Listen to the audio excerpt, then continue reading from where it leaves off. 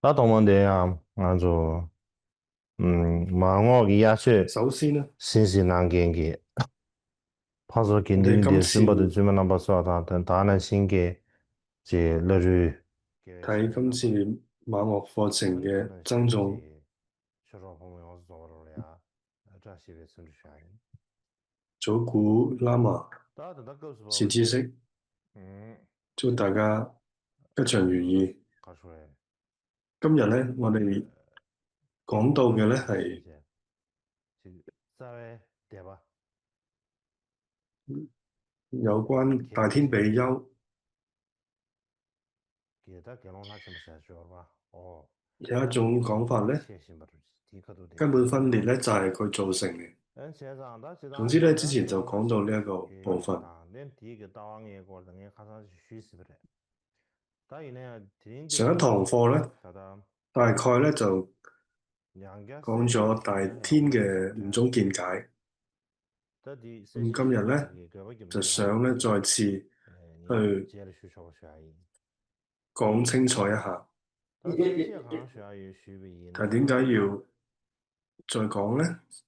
我之後會再講俾大家聽點解。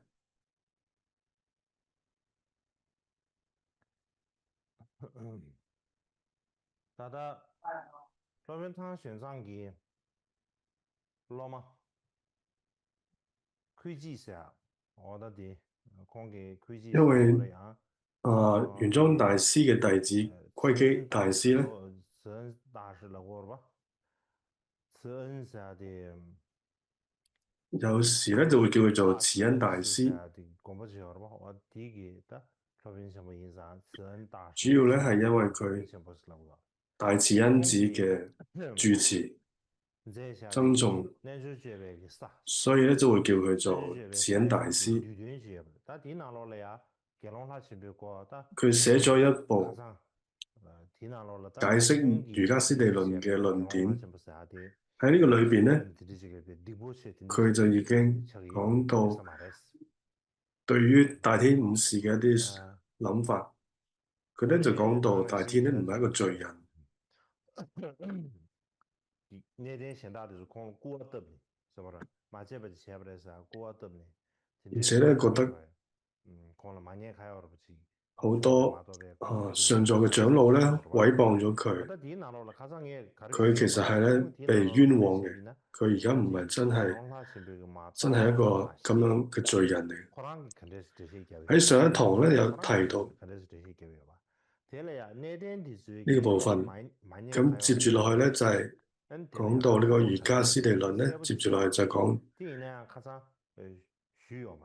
大天自己咧去解釋呢個五個見解係咩。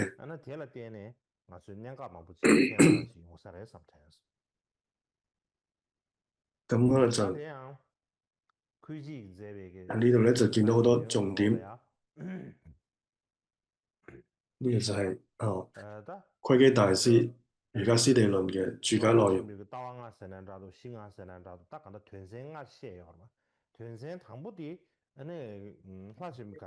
總之咧，大天五事或者係五種見解都好啦，即係總之第一個咧，大天講嘅咧，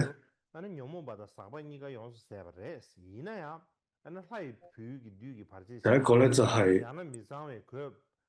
阿羅漢咧已經斷咗煩惱，但係咧點解會仍然會有呢個不淨染衣？係嘅原因係點解咧？就係呢個第一個解釋啦。咁之後咧就有啲反對者咧就係講到呢個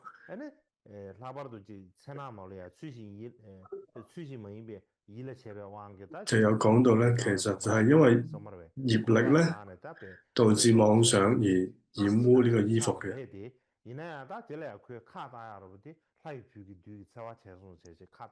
咁咧就推論説咧就係魔嘅干擾而造成嘅，就係俾長老咧去批評之後咧，就產生咗一個爭論。呢個就係五事當中第一個啦。就係如所有被魔誘惑嘅意思啦。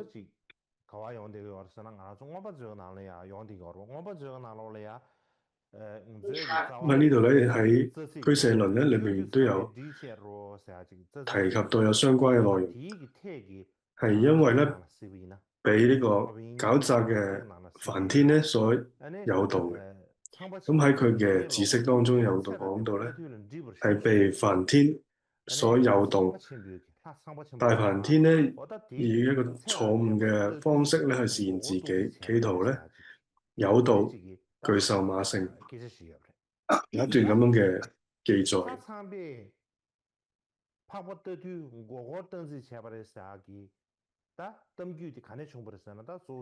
咁關於梵天企圖誘導巨獸馬勝，咁喺呢一個有一部經咧叫做《戒運經》咧嘅故事咧，有提到。就係比丘馬勝，佢獨自咧喺呢個寂靜處入定嘅時候咧，佢喺佢心上咧，地水火風四大咧係將會喺邊一度滅盡咧？總之佢就生起咗咁嘅疑惑，咁然後咧佢就從贍部洲咧就消失啦，就前往咗去四大天王嗰度去問。直至去到33天，梵天界每一層咁去詢問，咁但係每一個天咧都答唔知道。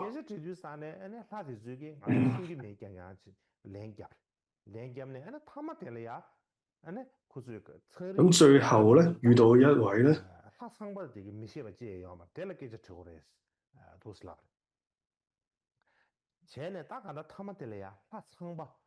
因為佢就係覺得梵天應該會知道，所以一直去問。咁但係咧，最後佢一遇到一位五塊面嘅，好似幼童嘅梵天咧，就係馬勝咧向佢詢問呢個問題，就係問梵天咧，究竟咧四大喺邊度滅盡嘅咧？咁梵天就回答啦：我係梵天，我係大梵天，我係自在者，我係創造者。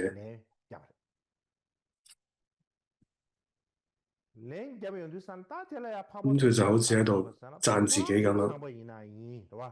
咁然後比丘馬勝就講：梵天，無論你係唔係梵天，係咪自在者、創造者，我問嘅問題咧，唔係問呢個問題啊，我係問四大種咧，地水火風咧，係會喺邊一度滅盡嘅咧？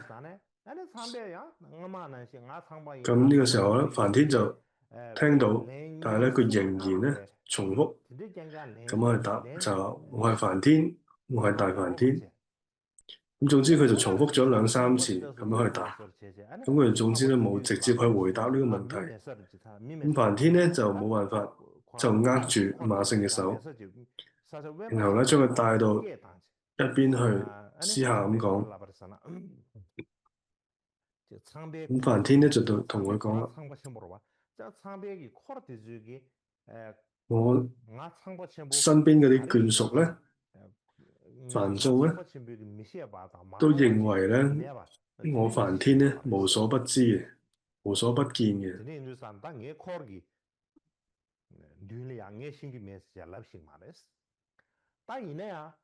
所以我唔能夠喺佢哋面前咧講我唔知道，但係實際上咧，我係唔知道四大種咧係喺邊度滅盡嘅。咁其實呢個係你嘅錯誤嚟嘅。佛陀仍然在世，點解你會嚟問我咧？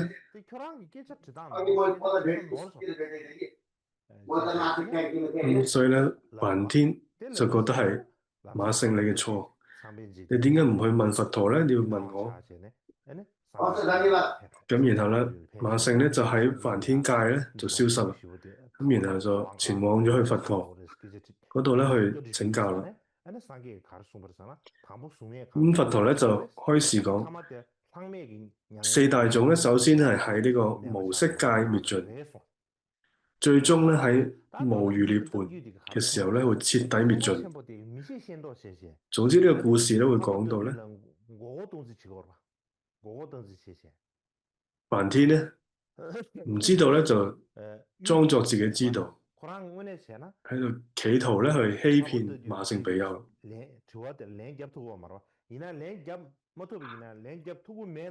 咁就喺度裝模作樣咁樣啦。其實佢唔知道呢個答案係咩，但係咧佢又一定要去講咧。我係梵天，我係大梵天。咁呢個例子咧，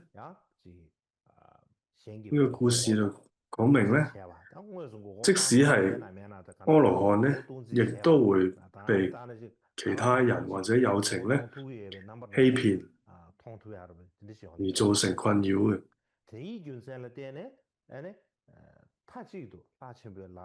所以呢個公案咧，說明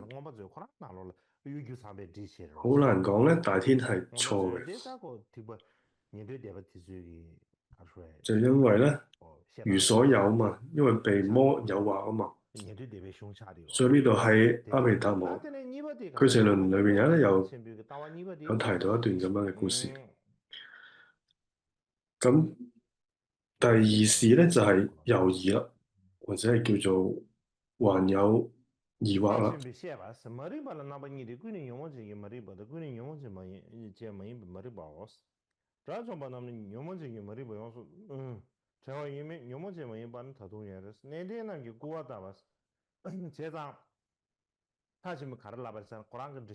大天嘅解釋咧就係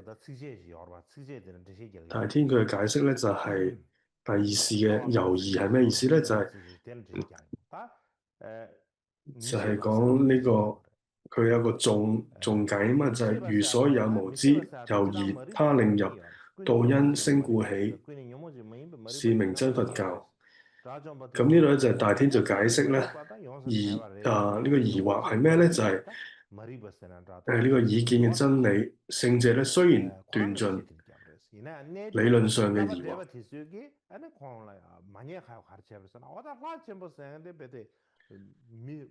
但係對於咧事相上嘅疑惑咧係仍然存在嘅。咁跟住咧佢就係解釋咧，再講第三事先，跟住就係講咧係講無知，無知又分成咗染污同埋唔染污嘅無知，即係兩種無知。咁對於咩係呢個不染污嘅無知咧？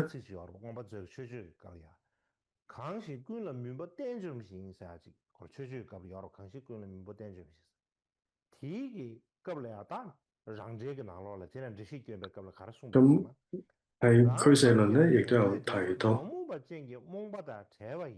有邊個可以破除所有嘅黑暗咧？咁呢度就有一段咁嘅記載。咁又講咧，就聲聞獨覺咧，雖然咧斷除咗染污嘅無知，但係咧唔係一切。點解咧？就係由於咧佛法極遠時處及諸異類無別差別。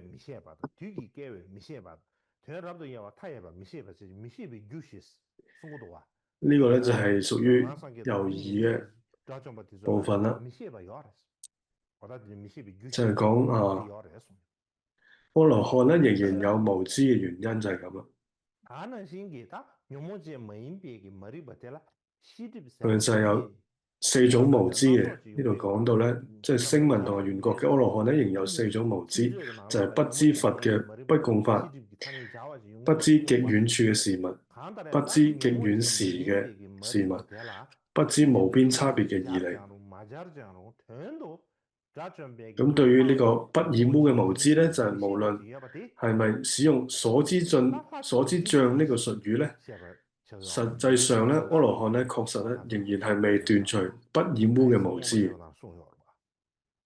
呢個唔單止係大天嘅主張，而其他嘅聲聞部派咧亦都承認呢一點嘅。咁而喺大乘嘅佛教體系當中嚟講嘅話咧，更加明確主張阿羅漢咧係仍然未斷除所知障嘅。咁呢一點咧就係顯示到啦，大乘教理嘅種子咧係從呢個時候咧就已經存在啦。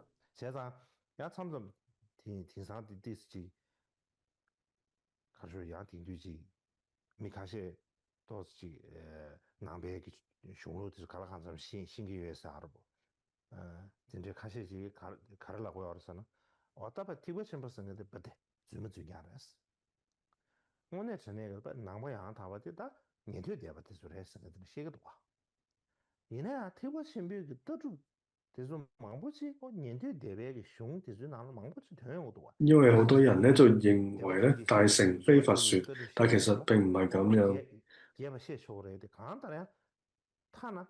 我哋會睇到咧好多大乘嘅見解咧，就可以睇到佢其實同部派嘅內容咧係有關係。就係講到呢個不染污嘅無知咧，其實即係講緊呢個所知障啦。就係講緊咧，主張阿羅漢咧仍然未斷除呢個所知障。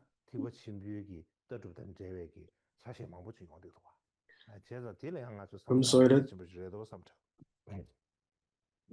所以喺大乘佛教當中咧都可以睇到，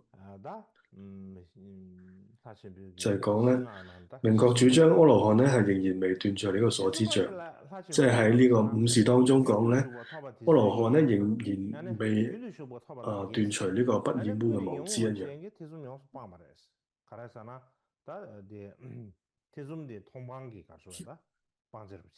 所以咧呢度又講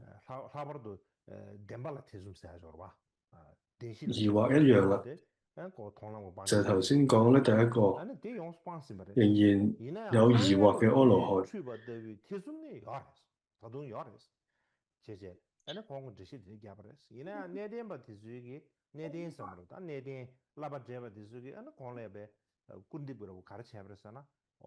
然後咧就有上座長老咧就係批評，就覺得佢係凡夫愚人，你唔懂得呢個真正嘅教訓。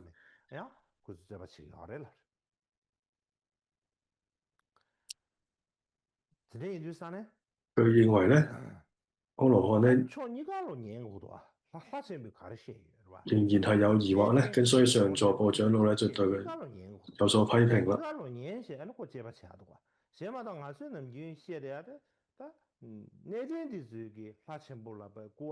所以咧，我哋淨係用一個角度去睇事嘅話咧，就係覺得對於上座部嘅毀謗，咁但係都係可能一個我哋淨係用上座部嘅講法嚟講，或者大天佢嘅見解係點樣嘅話咧，咁我哋都要去睇。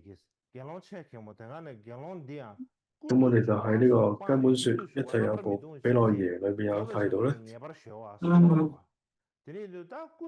世尊就講呢一位比丘咧，從前咧就已經斷除咗三劫啦，就係身見、戒禁取見而證得呢個預流果，成為不退轉法，決定趣向正等正覺。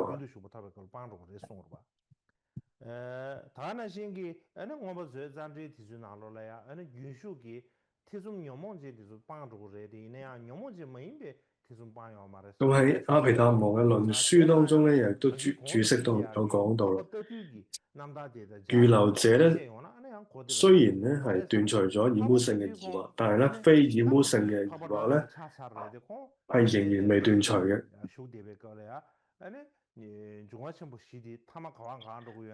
所以咧頭先例如前面咧提到聖者馬勝咧，對於四大種嘅喺何處滅盡咧，產生咗呢個疑惑，作為一個例子。咁喺呢個公案咧，我哋就對於聖者，譬如話預留者咧，係佢仍然係存在有呢一個疑惑嘅，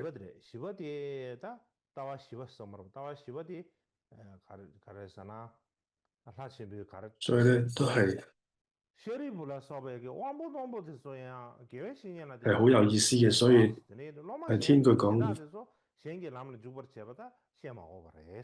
第四事咧，就係他人引導入道，就係連舍利弗咁樣利根嘅聖者咧，都需要善知識引導才能入道。其他人需要引導咧，更加係理所當然。對反對者做批評咧，大天係凡夫愚人，唔懂呢個經教，就講咧舍利弗利根者咧係被他人引導入道，連自己證得阿羅漢都唔知道，更何況你哋咧，即係大天同埋佢嘅追隨者咧。咁而因為咁樣嘅問題咧，而產生爭論啦，佢哋。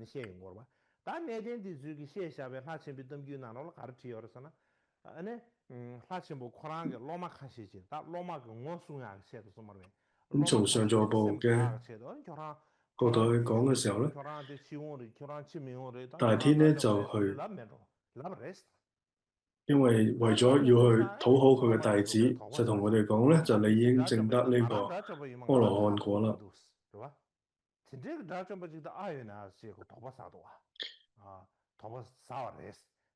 所以咧，如果我真係證得呢個阿羅漢，點解我自己唔知道咧？咁所以呢個大天嘅弟子就問大天啦。咁有一段咁嘅記載。咁呢度咧就有另外一邊嘅解釋。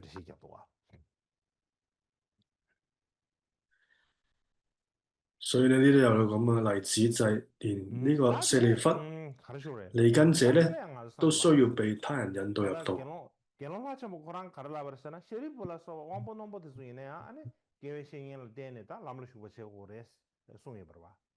咁喺呢個聲聞部派嘅記載咧，如果佛陀冇授記舍利弗為智慧第一，優波離咧為持律第一，阿羅漢自己咧就唔會知道自己嘅正量咧。就呢度提到舍利弗智慧第一或者優波離持律第一。所以呢個時候咧都需要佛陀去授記佢哋咧，譬如舍利弗佢係智慧第一。所以咧，譬如阿難尊者亦都唔知道自己係乜嘢第一，所以亦都需要咧佛陀去引導，需要佢嘅指示同埋引導。咁同樣咧喺聲聞部派主張獨覺咧係喺最後一生係唔需要依靠善知識咧都能夠自己驗證菩提。但係咧聲聞咧即使係喺最後，有時候咧仍然需要依靠善知識嘅。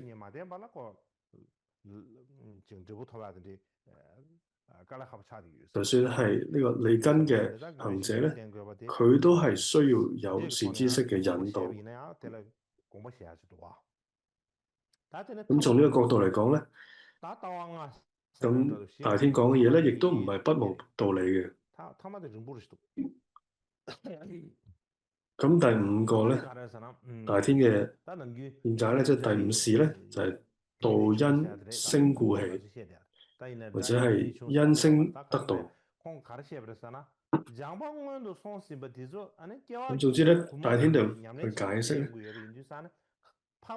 總之咧有宿世收集嘅人咧，修行已經多生多世嘅時候咧，當佢臨證果嘅時候咧，聽到佛陀講苦、空等等呢啲教法嘅時候咧，就住聞到嗰個聲音，就能夠咧去入道證得聖果。有好多人咧就係因為聽到佛陀說法或者說課啦而證果嘅。所以咧佛陀說法嘅時候咧，經常有人咧當下就證果，亦都有人呢，因為厭苦而自己發出厭離嘅聲音。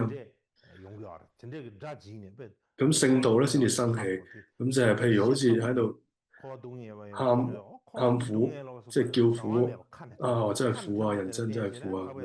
咁佢要咁樣去重複咁樣去發出呢個厭離嘅聲音咧，嘅聖道咧就能夠生起啦。咁大天咧就係咁樣解釋，咁反對者咧就係批評啦。大天你做咗呢個逆罪啦。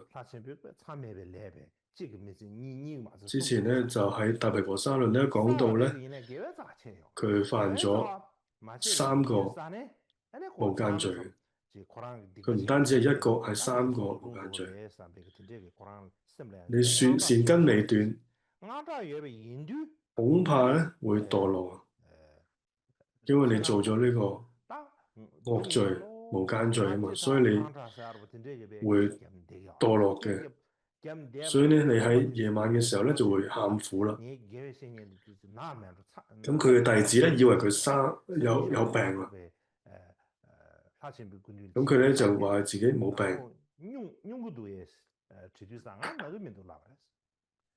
喺早上咧就有一啲弟子咧去問佢嘅病情，但係佢咧就答佢冇病。咁弟子又問啦：點解你要喊苦咧？咁佢就答啦：因為喺我年輕嘅時候咧就修道啦。呢個時候咧好隨心，好隨心所欲咁樣。咁但係而家老咗咧，要去修道嘅時候咧係好困難嘅。如果唔係咁樣去發出呢一個苦聲咧，係唔能夠生起深深嘅厭離心嘅。咁總之呢段咧就係一段好長嘅一段嘅反對者嘅批評嚟。咁總之有一段咁嘅記載。咁呢段咧就係我覺得好值得去思考一下。咁總之咧，透過呢個聲音咧，可以生起呢個聖道。咁喺律藏嘅記載咧，聖者馬勝咧對舍利弗念誦咗一段偈頌，就係聽到呢個偈頌咧，舍利弗咧就證得聖道。咁呢度咧，絕對係喺呢個律藏當中有明確記載。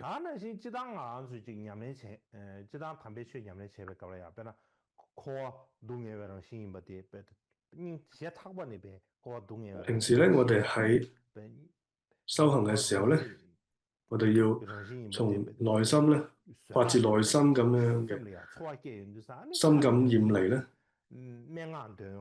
或者知道輪迴嘅苦難咧，而去發出呢個嘆息啊、苦聲咧，咁呢個咧就係真係從內心深處修行佛法嘅一種自然流露嚟嘅。所以咧，我哋唔應該視為一個過失。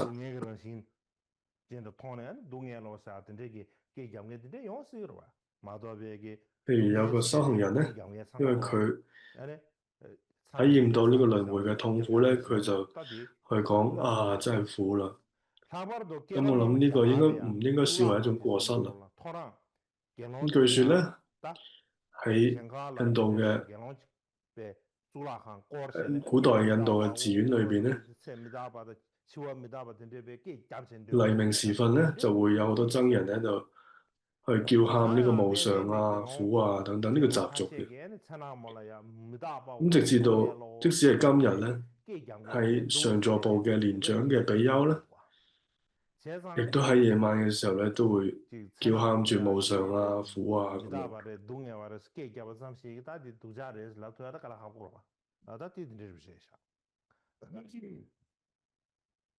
所以咧就去喊苦咧，好難去視為一種過失。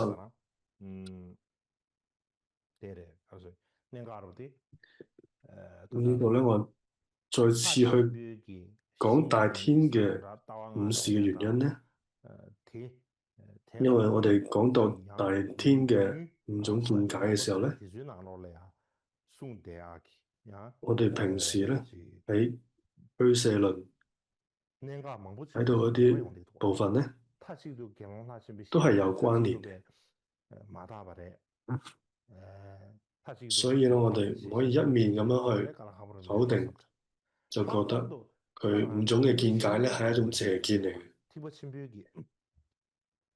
所以咧，我哋喺大乘佛教嘅角度去睇嘅話咧，呢個大天嘅五種見解咧，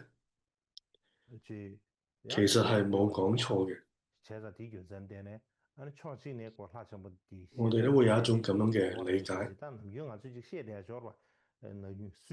所以咧，我哋唔應該去否定大天五事咧係一種邪見。我哋一聽到大天五事咧，就覺得係大天嘅錯誤，係佢嘅邪見。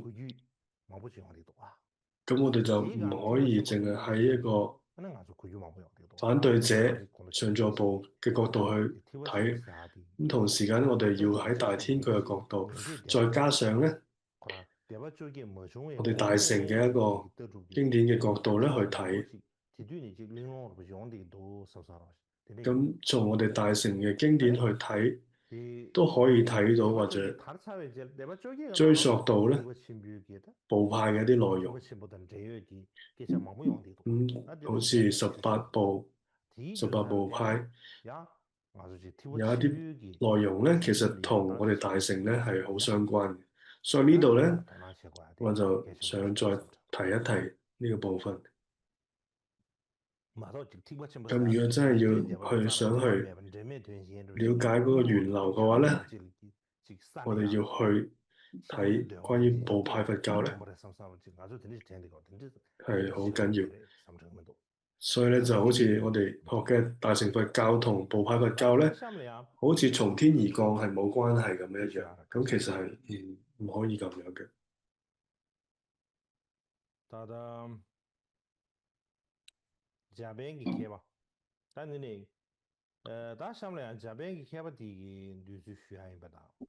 咁呢度咧，我就想用一個日本嘅學者嘅觀點。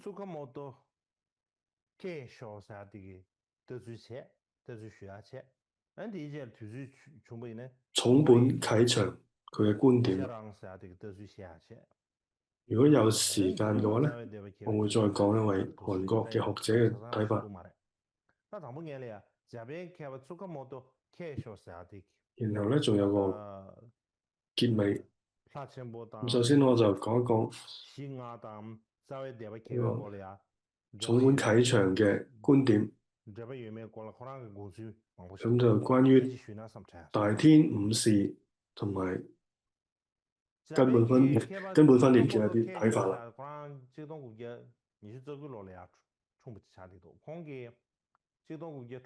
呢個學者咧係出生咧喺1929年嘅一個日本嘅佛教學者重本啟長。咁佢喺1965年嘅時候咧發表咗一篇論文咧，就係講大天傳承之分裂抗爭。咁呢篇文章咧引用咗咧至少要18部嘅經論。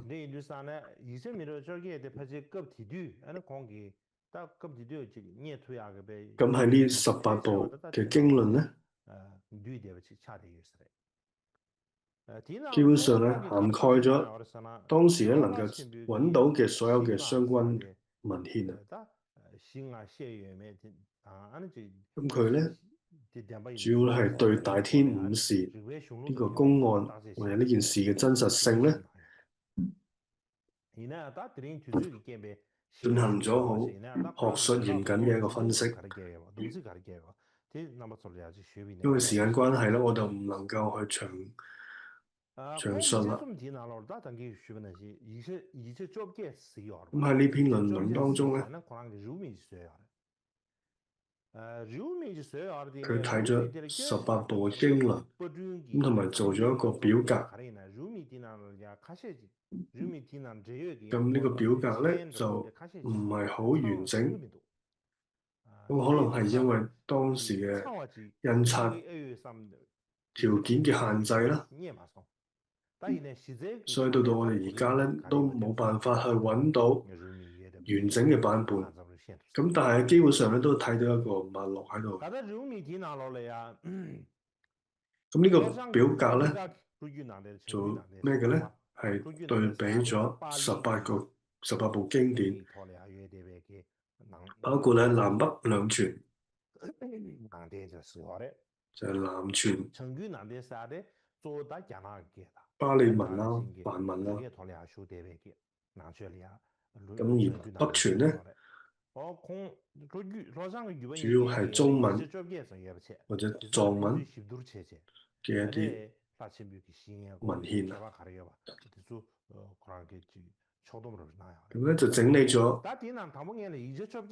一啲文獻咧，對於大天五事嘅記載內容啦，同埋差異嘅地方。咁18部係邊18部嘅經典咧？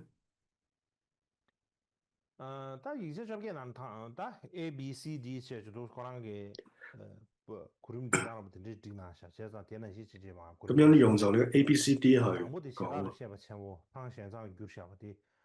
總之第一個咧就係大毗婆沙論，咁係由唐玄奘翻譯嘅，係656至659年。咁第二個咧就係18部論。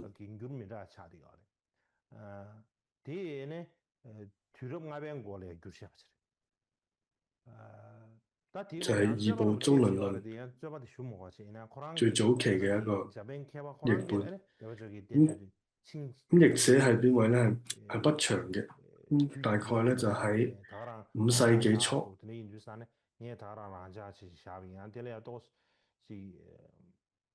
大概喺晉朝嘅時候翻譯嘅。咁但係講到呢度咧，就有好多嘅唔同嘅睇法，關於時間。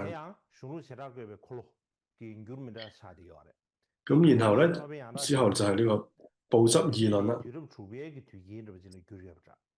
咁就係大概咧就係6世紀嘅中葉，係陳真帝翻譯嘅。咁之後咧就係二部中倫論，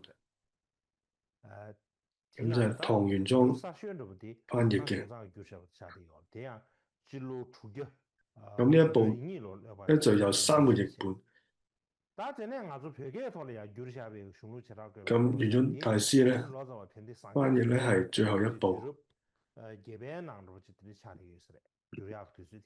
咁亦都有二部中倫論嘅藏譯本，係由呢個印度論師達摩伽羅同埋譯師班德生宗所譯嘅，大概11世紀。咁然後咧就係二部中倫論嘅述記，係唐代嘅窺基大師所撰寫。咁然後咧三論原義就係隋唐吉藏所撰寫。咁然後咧就係部執二論述，就係陳真帝所撰寫。因為佢呢個部執二論係佢寫嘅，所以呢個部執二論嘅疏咧都係由佢自己寫。咁然後咧就係呢個大同西域記，就係唐玄奘口述。咁大概係呢個646年唐代嘅時候所寫。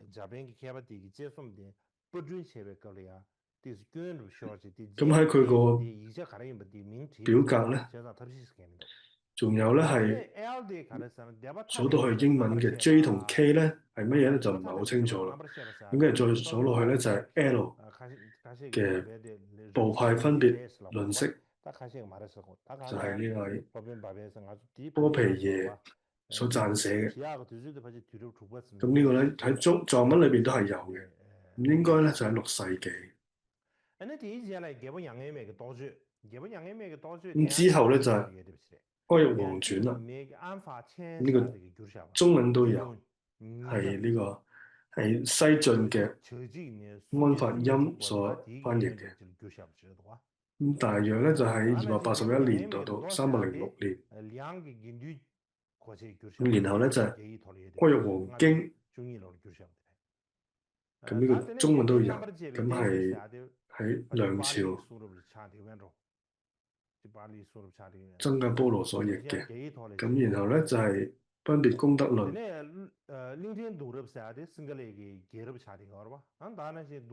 咁然後咧就係島史，就係錫蘭嘅斯里蘭卡嘅編年史、島史同埋大史。咁然後咧就係善見律毗婆沙，係覺音論師所撰寫。咁總之咧，呢以下咧就係全部就係佢引用到嘅經論嚟。咁佢咧又做咗一個比對，就做咗呢個表格。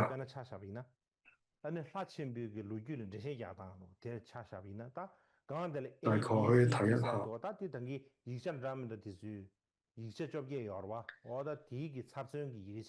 就有 A、B、C、D， 有18部嘅論著。你見到左邊咧，同大天有關嘅內容，有關年代。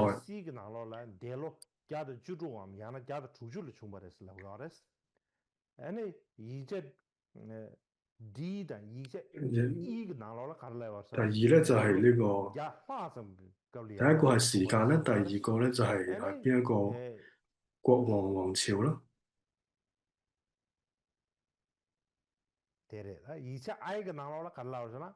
咁第三個咧就係佢嘅出生地啦。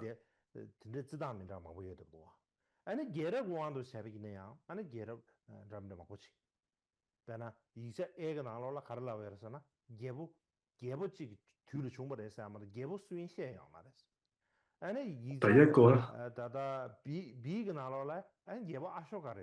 第一個就係講嘅年代啊，116年啊，160年啊。第二個咧就係關於邊個個國王啦。第一部咧就有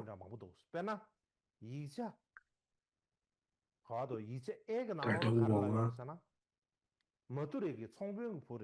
所以 B、C、D、E、F 咧都有提到啊，係阿育王啊。咁然後咧，佢亦都有提到第三個就係呢個出生地啦。第10咧就係 Mathura， 呢個商人嘅仔。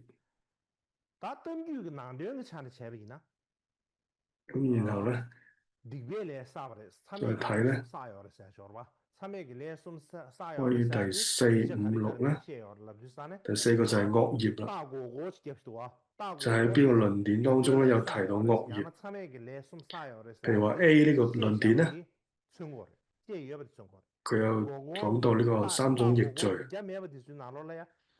所以 A、F、G 都會提到啦。見到有圓圈嗰啲地方，即係佢有提到。A 咧就係大毗婆沙論咧，佢就有提到啦。又講到呢個3逆罪，譬如18部論啊、二部宗論論啊等等咧，佢哋就冇提到啦。咁跟住去到 F 咧，即係三論原義嗰度咧就有提到啦。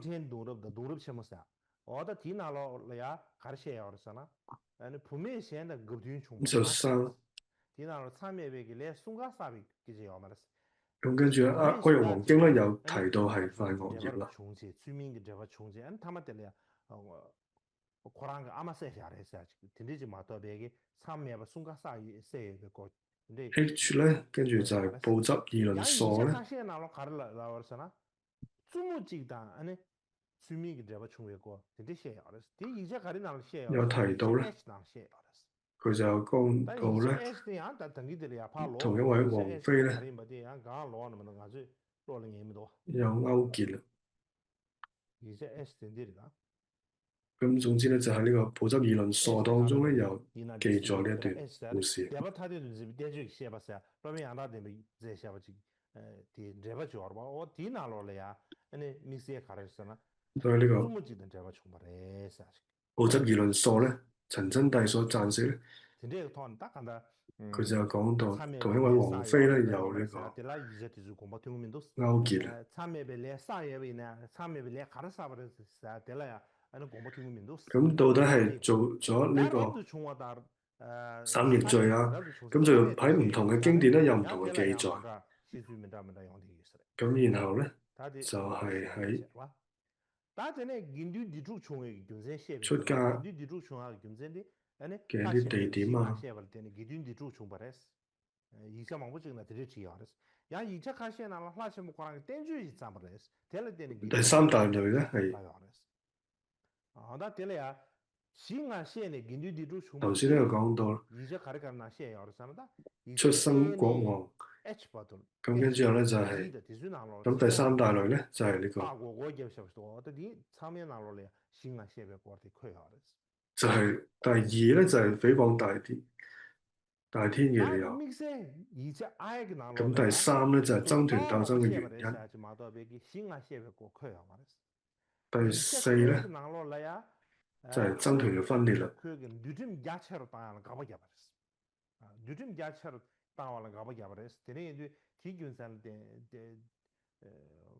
咁16、17、18咧就有好多唔同講法。16咧就係義說，即係有好多唔同嘅講法。咁17咧就係反對戒律嘅擴充同埋放寬。咁但係呢度咧就冇提到午市嘅內容。然後咧就係、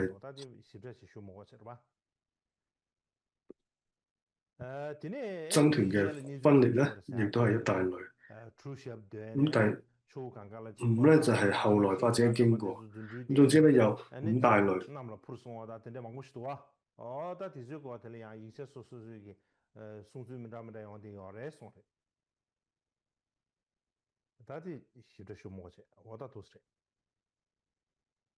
咁呢度就講到去到阿述米爾去造紙啊等等呢啲都有講到。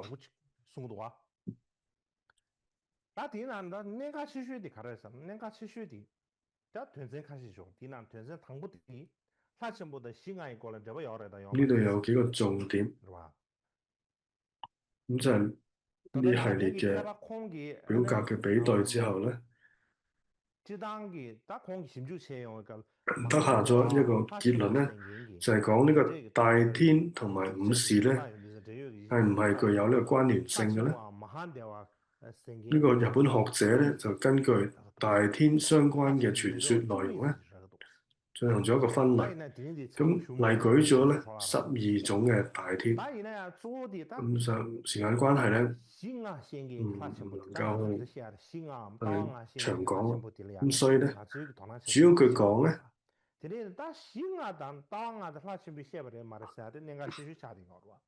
講呢個關於午時嘅大天5種見解嘅起源。咁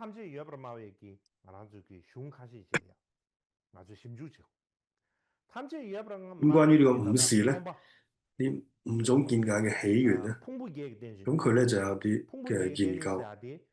咁喺呢個説一切有部嘅論説嘅八見道論303年嘅翻譯嘅，同埋係呢個法治論657年到660年嘅翻譯嘅。咁呢個係説一切有部當中好重要嘅兩部論啦。咁當中講到嘅午時咧，被視為惡見。有講到，咁即係당呢兩部嘅論書咧，就冇提到之前咧我哋講過嘅大毗婆沙論當中出現嘅大天咧，同僧團爭論嘅呢一個故事，咁就係講佢係一個罪人，呢個大天係一個罪人，佢已經做咗呢個五無間罪、三無間罪啦。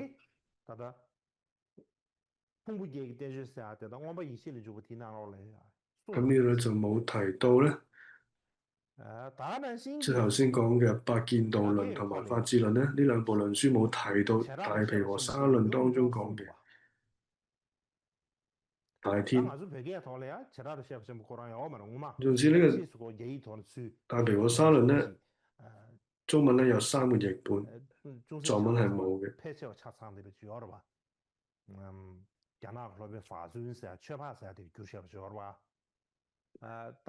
咁就係由法尊法師所翻譯成藏文嘅。咁喺中文裏面咧，佢有3個譯本。第一個譯本咧，其中一位嘅印度譯者咧，就係呢個僧伽跋登，佢翻譯嘅毗婆沙論當中咧就冇呢個智見道相關部分。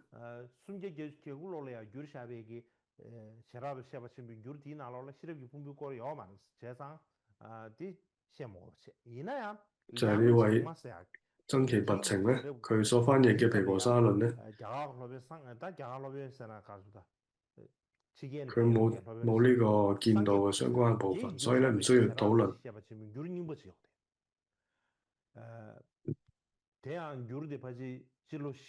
咁另外有一部咧，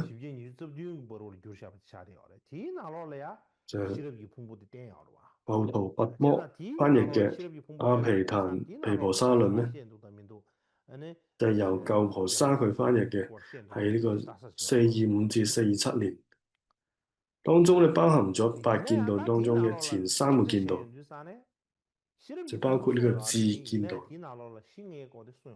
咁呢個舊婆沙論咧嘅智見道咧，由四品咧去構成，但係咧當中咧冇五事嘅內容嘅。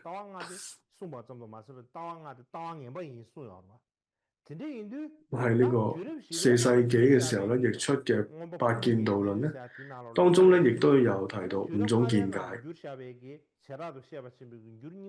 嘅講法。咁喺5世紀譯出嚟嘅舊婆沙論咧，理應咧係包含喺呢個部分當中。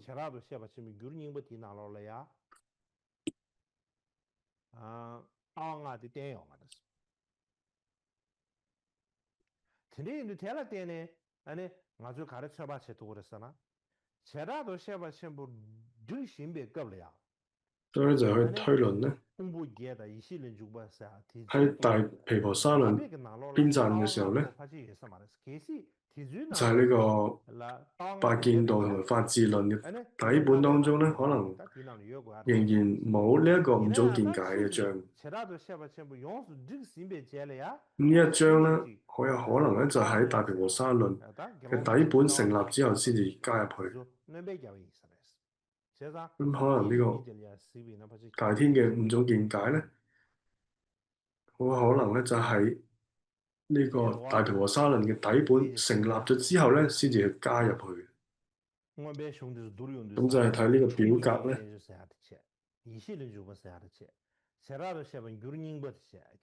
就比對到八見道論或者法智論，或者玄奘大師嘅大毗婆沙論咧，做咗一個比對，都有呢個智慧嘅見道。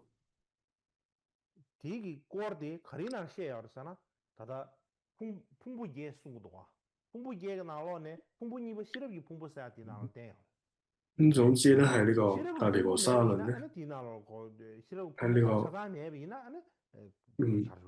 8個篇章咧，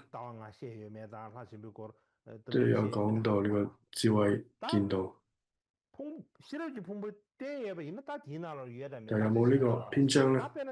我哋之後再討論可以。咁首先呢4部咧係有自見道。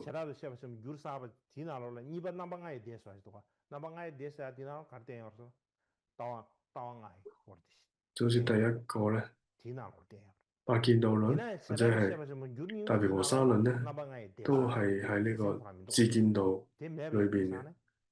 佢哋有提到咧五事嘅部分啦。咁喺舊毗婆沙論嘅時候咧，佢咧其實就冇講到五事呢個部分。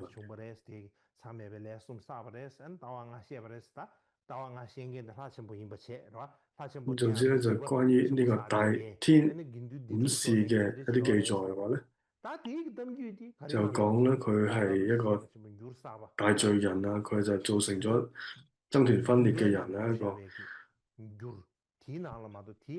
就係呢個橙色嗰啲字咧，就係有講到。大毗婆沙論裏邊有講到啦。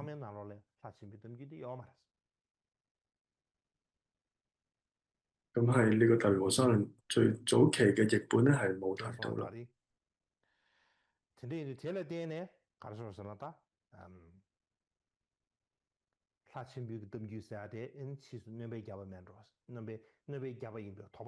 咁所以咧有一種講法咧，大天嘅故事咧，可能係喺大毗婆沙論嘅時候咧先至去加入去。咁係都係中文嘅文獻裏邊先至有嘅。咁我哋再睇巴利文喺分別說部其中一部咧好重要嘅論事當中嘅第二品咧，叫做墮落論，裏邊咧就有提到五事啦。咁亦都將呢個五事咧作為一個他部嘅邪見進行咗一個論述嘅。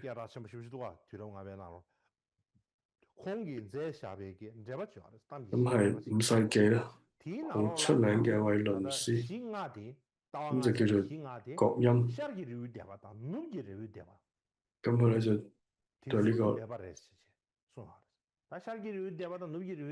就講到咧注釋指出咧，五事咧係東山住部同埋西山住部嘅學説嚟嘅。就係呢位叫做覺音嘅學者咧，佢咁樣講。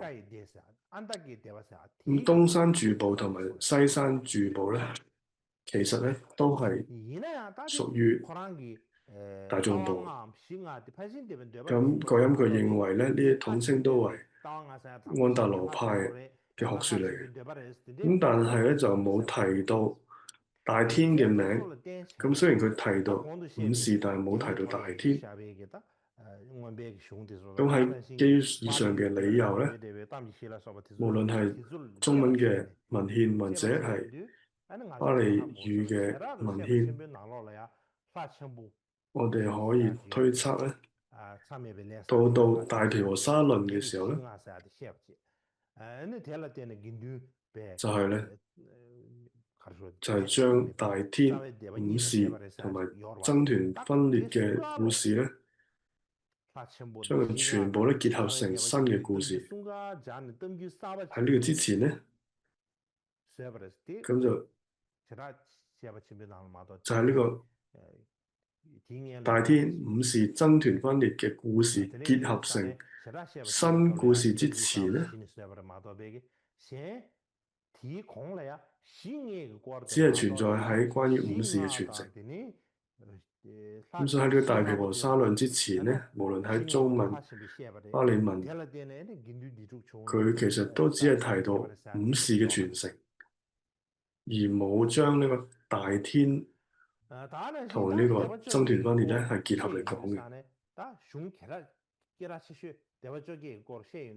咁當我哋講到18部嘅部派嘅時候咧，好重要嘅一部咧，就係由世有論師佢寫嘅咧《二部宗論論》咧，當中咧有講到將五事咧係列為一說部、說出世部、雞引部、多聞部、制多生部等等，咁嘅學說嚟。咁呢啲都係屬於大眾部。咁同樣咧，清辯論師佢嘅二部精釋喺藏文裏邊係有嘅。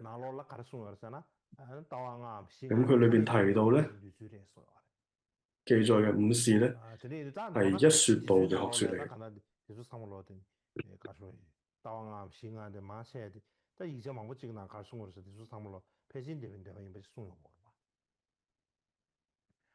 所以咧，大部分嘅文獻咧，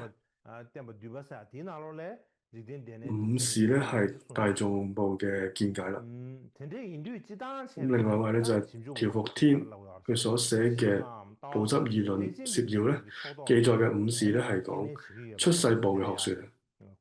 咁總之咧，一般嚟講咧，五事咧係被大眾部所接受，但係咧上座部咧係唔接受嘅，甚至咧係視為邪見嚟嘅，係五種邪見，五種邪嘅見解嚟。咁即使係咁樣啦，都唔能夠去否認咧僧團內部嘅爭論同五事之間咧係有關聯嘅。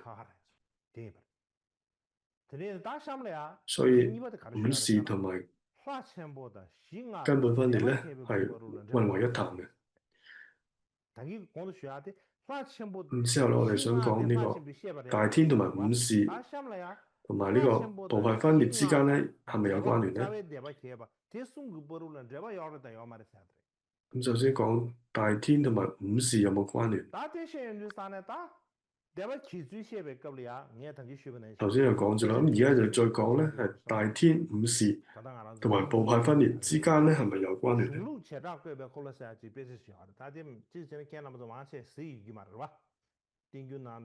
咁關於部派分裂嘅方式咧，係呢個世親論師咧所作嘅《二部宗論論》咧，有4個唔同嘅譯本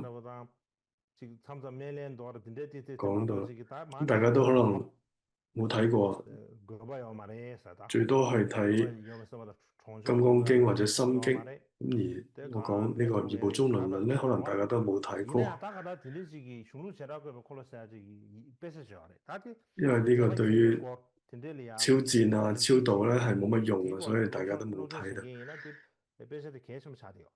咁就係呢個世有所作嘅《二部宗論論》咧，如果你想對於部派有了解嘅話咧，就應該要睇呢一部《二部宗論論》啦。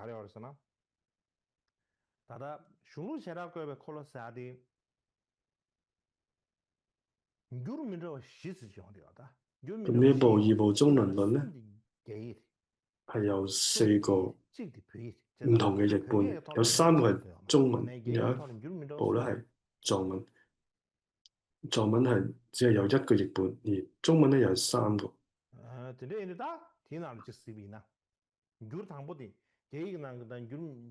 咁我哋第一個咧譯本咧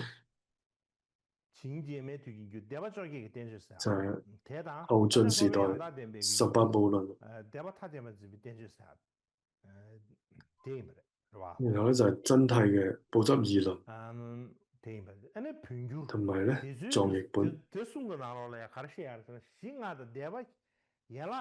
咁總之呢3部嘅譯本咧，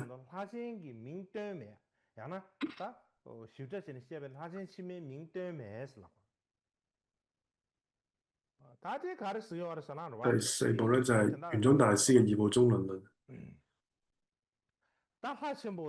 咁總之咧18部論、部執議論同埋《二部宗論論》咧，佢所講嘅將咧五事同埋支末嘅部派分裂咧係聯繫嘅啫。咁而呢3個譯本都冇提到大天嘅名。咁總之咧，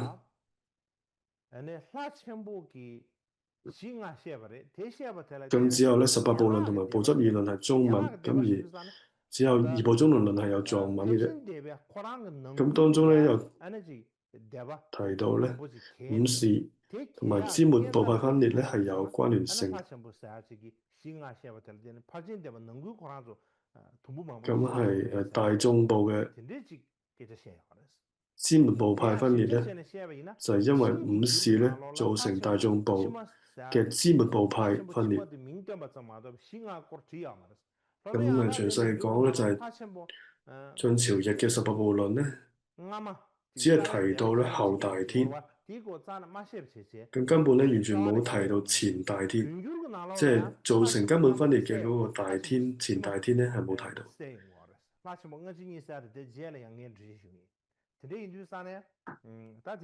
咁然後真諦譯嘅譯本咧，亦都係冇提到前大天，即係根本分裂原因嗰位前大天。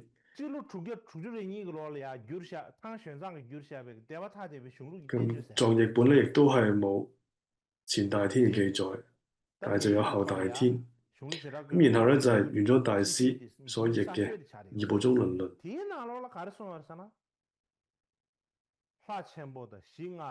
咁都係比較新嘅一個譯本。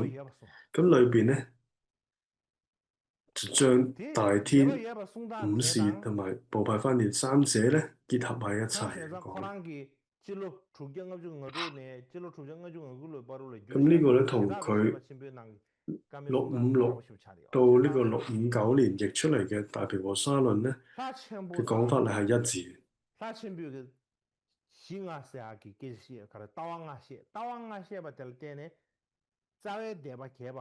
咁呢度睇到咧，大天講咗五事，咁然後咧造成咗部派分裂，變成咗兩個部派，呢個就係根本分裂。咁喺呢個之前咧，本身係一個團體，咁然後之後咧分裂之後咧變成咗兩個團體，所以就係呢個根本分裂。本身咧係一個團體，然後咧變成咗兩個，所以咧就叫做根本嘅分裂。咁佢咧就提到咧，佢主要係大天嘅五事而造成嘅呢個根本分裂。咁喺呢個二部中論論咧，即係玄奘大師所譯嘅當中有提到。咁無論係18部論或者部執二論咧，佢哋提到咧係五事咧係同呢個大眾部嘅支末部派分裂係有所聯繫嘅啫。咁而前三個譯本咧係根本冇提到大天嘅名。咁喺藏譯本咧，藏譯本嘅二部中論論咧，喺相較之下咧，就會有一啲問題，可能有一啲文字缺失咗，唔知係翻譯嘅問題，或者係點解咧？係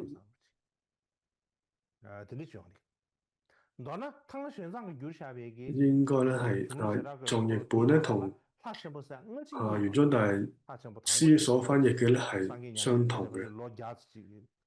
咁玄奘大師所翻譯嘅咧都有提到前大天同埋後大天。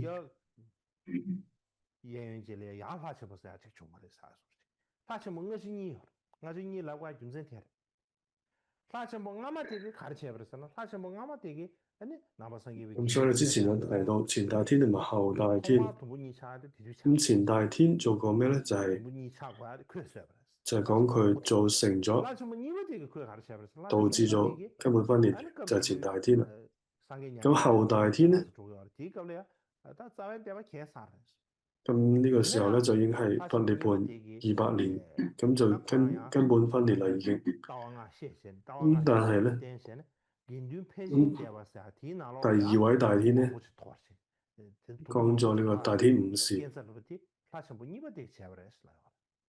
咁就造成咗呢個大眾部嘅支末嘅部派分裂。咁總之咧就有兩個唔同嘅大天。당기 되는 수도 로마 화도 당 현장 로마 크지세야 되기 주기 주주의 인로를 지샤베기 然後咧，窺基大師元宗大師嘅弟子，佢就有一部咧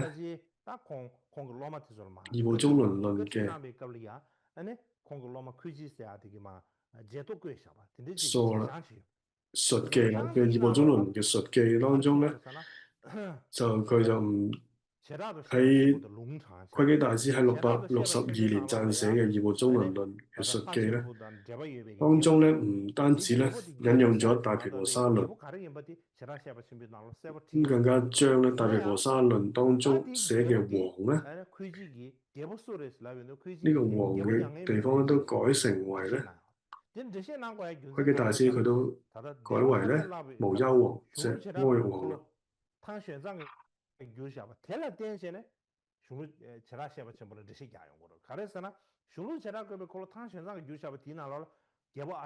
咁窺基大師咧，佢依據呢個義務中倫論咧，佢嚟到解釋大毗婆沙論嘅做法。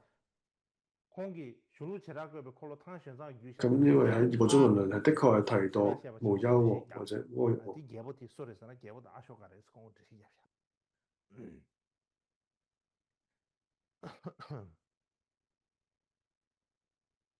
咁喺大毗婆沙論咧就冇提到呢個王就係阿育王嘅。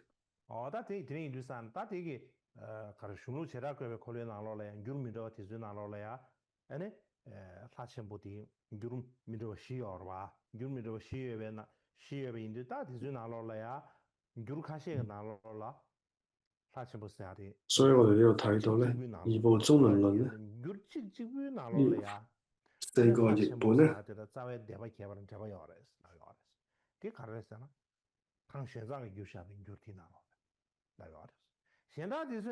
只有一部咧係講到大天五事同埋部派分裂係有關。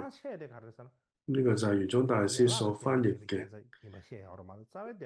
咁早期出現嘅18部論、補執二論同埋藏譯本咧，係只係提到五事同埋大眾部嘅分裂，就冇提到大天嘅。咁然後咧，我哋再睇下南傳係點樣睇。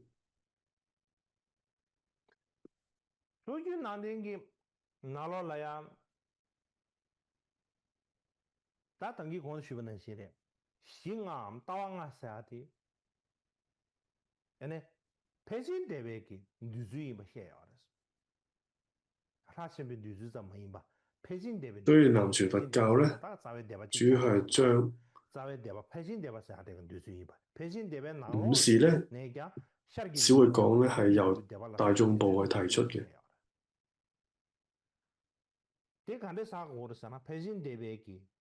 咁咧都亦都有講係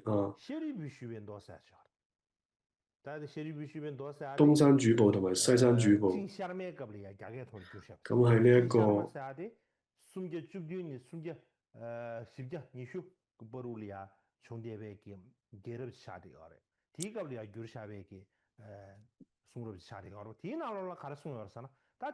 舍利弗文經咧，即係東晉時期所翻譯出嚟嘅。咁好似咧一個授記嘅關於授記嘅內容，咁就會講到將來會點樣嘅一個經書嚟。咁裏邊咧就有提到咧。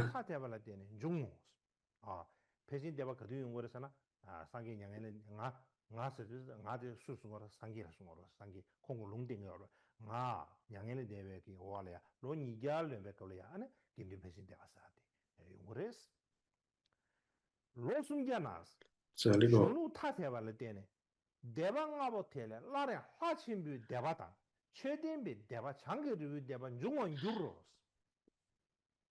咁呢個時候咧，又有一長老比丘咧，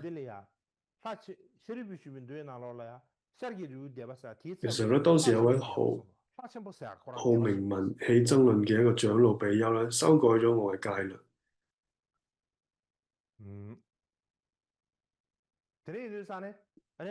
咁咧就叫做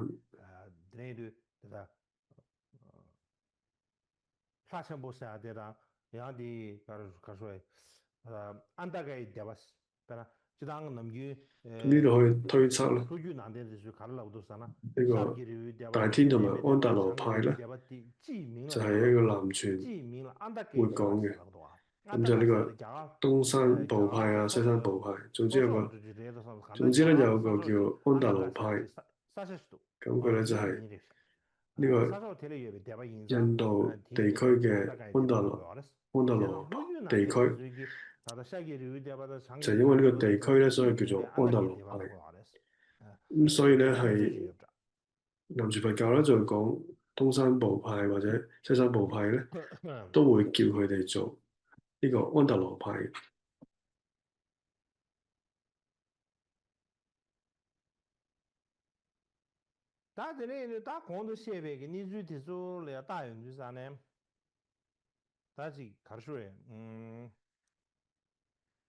咁喺上面所引用嘅部分咧，就係呢個根本分裂呢啲講法咧，將大天同埋根本分裂同大天去聯繫起來咧，就係通常咧都係加濕彌羅嘅一切有部，佢哋所講嘅。咁呢度咧就係從兩個方面去諗啦。咁總之咧，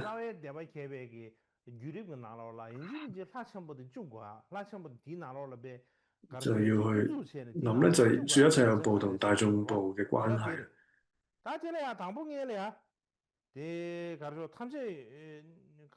就係點樣去將呢個大天五事同埋部分分裂三者所關聯呢？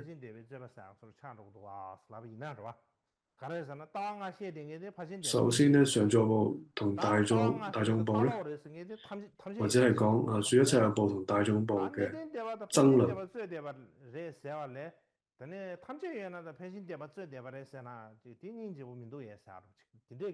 咁上座部咧，即係可以講係說一切有部，就係佢哋長老。咁就可以講說一切有部同大眾部嘅爭論咧，可唔可以咁講？如果咁講嘅話咧，咁就要睇說一切部同埋大眾部嘅關係係咩咧？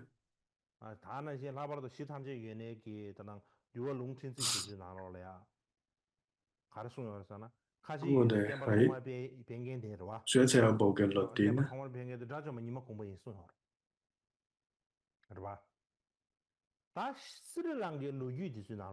係根據呢個說一切有部嘅律典嘅傳承當中咯，喺克什米爾傳教嘅咧就係末田地。咁根據斯里蘭卡嘅史書記載咧，有一位叫做目犍連子弟須咧，派遣咧末田地去到呢個加濕彌羅去弘法嘅。後來咧去到犍陀羅嘅地區咧傳法嘅。咁所以咧當時咧呢位目犍連子弟須咧，就派咗好多嘅印度嘅僧人咧去到各個地區傳法嘅。咁總之按照咧斯里蘭卡嘅史書記載咧，呢位末田地咧就被派到去加濕彌羅去弘法嘅。咁係藏傳佛教去講咧，呢位末田地咧係阿難尊者嘅弟子。咁總之有啲唔同講法。咁所以呢度又同北傳咧同南傳係有所不同。那些等於說不能先嘅，到到四個那個路運拿落嚟啊，你們恐怕的呀，開始魚啦等，但係點問吧，到到見龍蝦全部咁總之咧，呢位活斷地咧就派到去加沙維羅弘法。這個當不得上，這嘛多少個魚，馬來西亞曼達拉是啊，對啦馬當時，天上前邊呢，啲差啲多，咩數錯都差啲多。咁另外就有一位咧，又係叫大天咧。係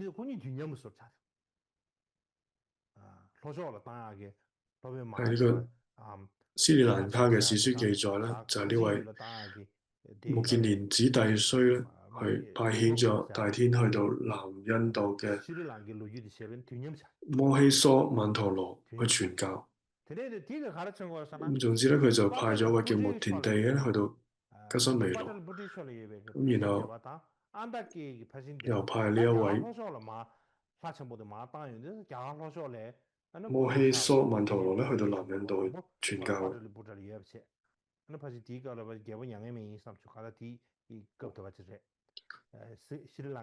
咁所以呢度大概咧都係阿育王嘅時期啦。咁根據呢個斯里蘭卡嘅歷史嚟講咧，咁當時咧對於我哋理解安達羅嘅大眾部咧係有幫助嘅。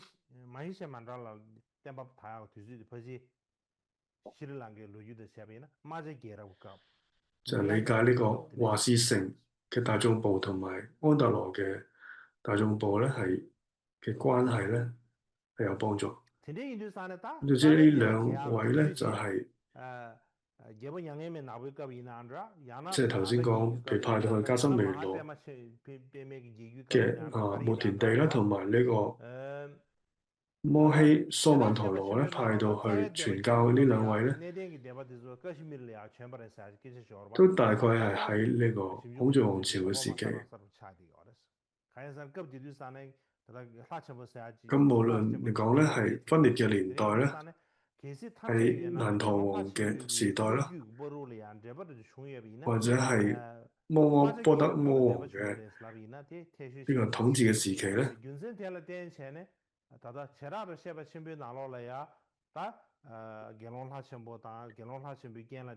都係唔可以對呢個對於咧喺加什維羅嘅上座部嘅同呢個根本分裂咧嘅記載咧係產生一個疑問嘅。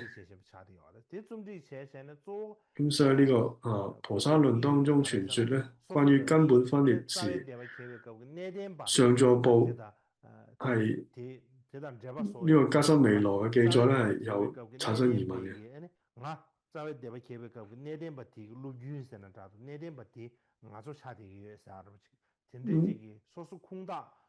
總之咧，佢係想將咧有部啦，同埋根本一切有部，即係佢就係想，因為佢想咧將佢變得更加有正統性咧，所以係將佢咧聯繫喺一齊。咁總之咧，呢個婆沙論咧，咁喺呢個係加什維羅有部編撰嘅時候咧，係比較係優勢嘅時候嚟嘅。咁喺呢個摩偷羅呢個地方咧，係呢個時候咧，喺呢個地區咧，係有部係佔據優勢嘅時代嚟嘅。所以呢個時候咧，加什維羅咧嘅有部咧係比較有話語權嘅。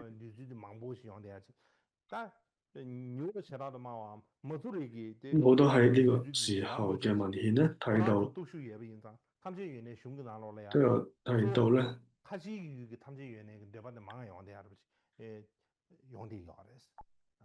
都係關於呢個加什維羅有部嘅文獻係多於咧摩偷羅嘅有部咧。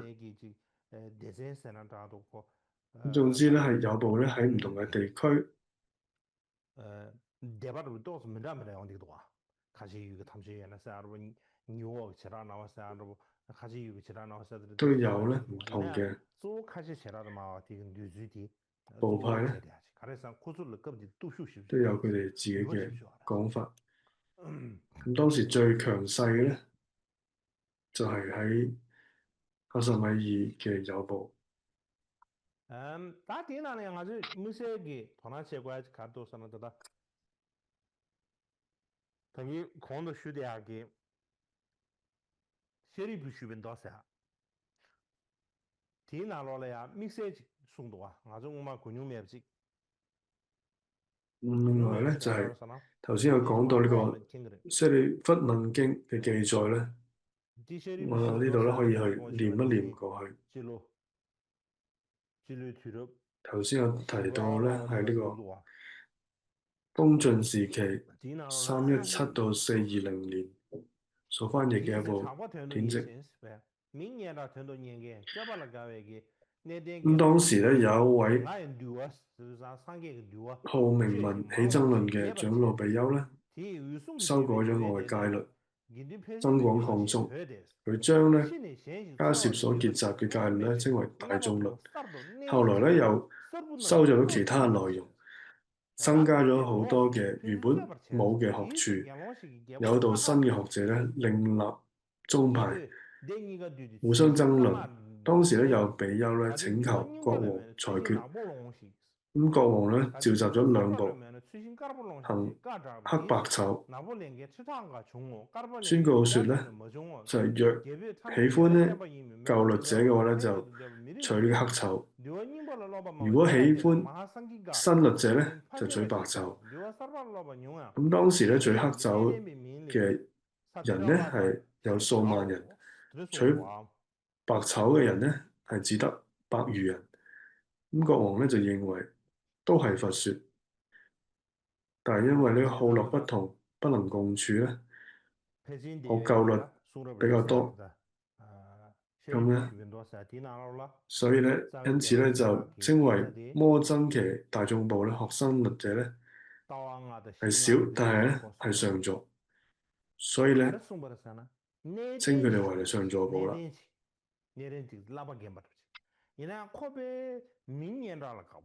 咁但係呢度咧就冇提到咧五事同大天咧去聯繫喺一齊，咁就只係講到咧有一位咧好名聞嘅一位長老比丘，咁當時咧佢修改咗佛陀嘅戒律，做咗呢個增廣同埋擴充。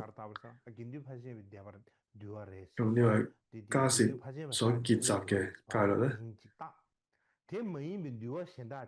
大眾律咧就俾咗咁嘅名啦。咁後來咧佢又收集咗好多嘅內容啦，咁就增加咗好多原本冇嘅學處。佢唔單止係咁樣做咧，咁亦都係誘導啲新嘅學者另立宗派，然後造成咧僧團嘅爭論。咁當時咧有位比丘冇記載佢嘅名，咁總之咧佢就請求國王去裁決。總之有位咁嘅長老咧，咁就亂嚟啦，咁就召集咗兩部人。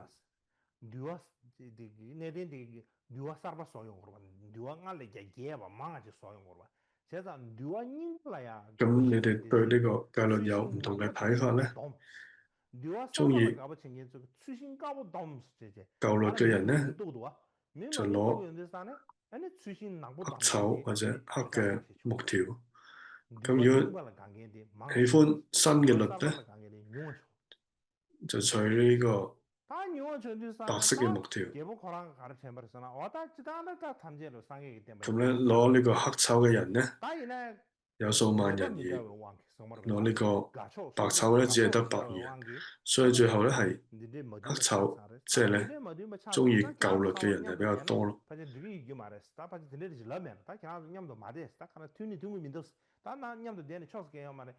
所以咧，國王就同我哋講，都係佛說，但係咧你哋因為套路唔同啊，所以唔能夠共處。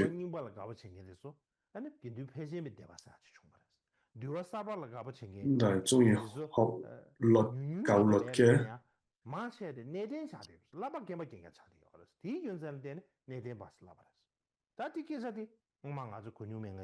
就叫做摩訶僧祇，即係大眾部。如果喜歡學新嘅律嘅話咧，比較少，但係咧係上座，所以咧就叫做上座部啦。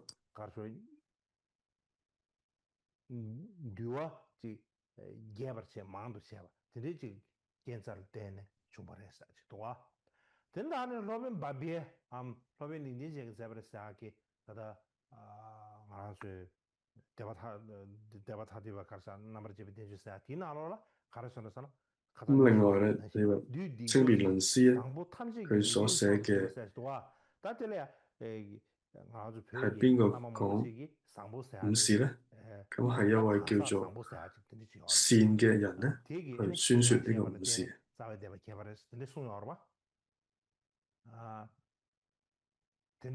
咁即係佢咧宣説咗呢個五事咧，造成咗根本分裂。呢度咧就好清楚咧，就有一個咧同大天冇關，但係咧將五事同埋根本分裂聯繫嘅一個傳承啦。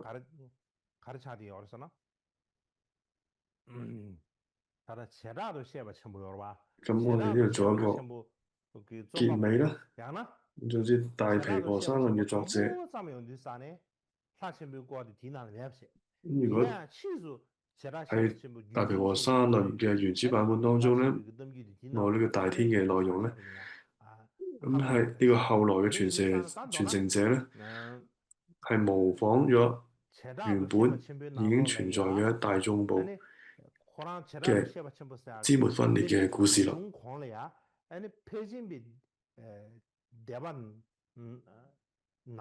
咁將呢個大天呢個名咧，亦都插入咗去根本分裂嘅故事當中。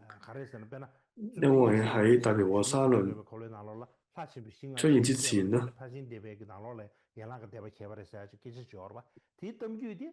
咁就係大天同埋五事導致支末分裂嘅故事咧，其實就已經記載啦。喺《異部宗輪論》已經記載。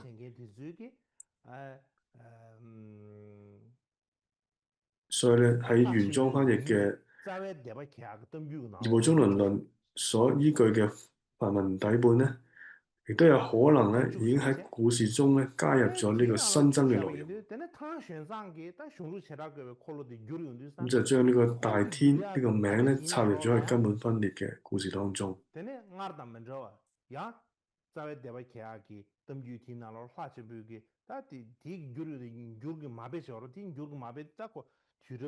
因為喺大毗婆沙論嘅原始版本當中咧係冇大天呢個內容嘅。呢個咧就係後來嘅傳承者咧模仿咗原本已經存在喺大眾部支末嘅分裂故事中記載咧，大天同埋五事導致支末分裂嘅故事。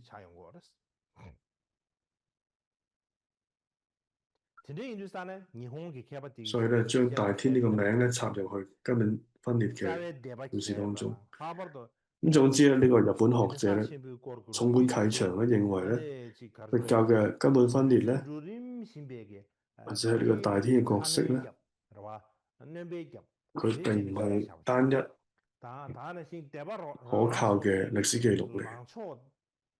佢覺得咧係經過時間不斷嘅添加、累積，帶有呢個宗派嘅立場嘅一個展述嚟。在下，这里前的做。譬如話有部咧就係非法，咁而大眾部咧就係唔係非法。有部咧認為咧大天係唔好嘅罪人，咁但係大眾部咧五事係合理嘅。咁大天咧係一位大德。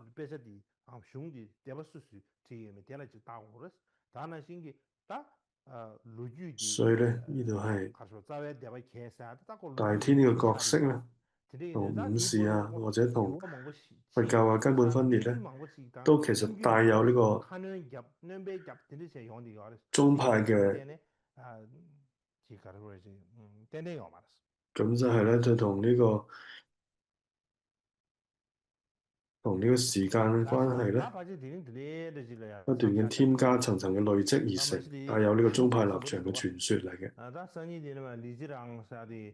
咁呢個部分咧係非常之複雜。下一次咧就講呢個韓國學者李慈郎嘅觀點。好，今日講到呢度。